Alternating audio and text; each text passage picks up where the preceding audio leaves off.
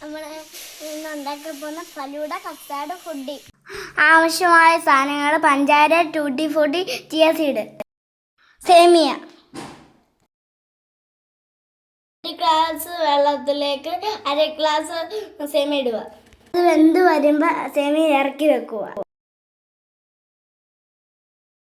2 glass പാല് തിളപ്പിക്കാൻ വെക്കുക.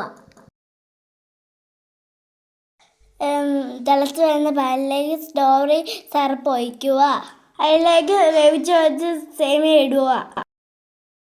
കസ്റ്റാർഡ് പൊടിയിലേക്ക് 2 സ്പൂൺ പാലൊഴിച്ച് മിക്സ് ചെയ്യുക. മിക്സ് ചെയ്തത് ഇതിലേക്ക് ഒഴിക്കുക.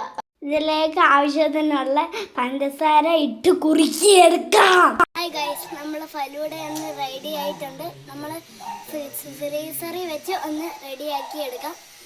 ഈ ഫലൂഡ നമുക്ക് സുന്ദരനാക്കി എടുക്കാം.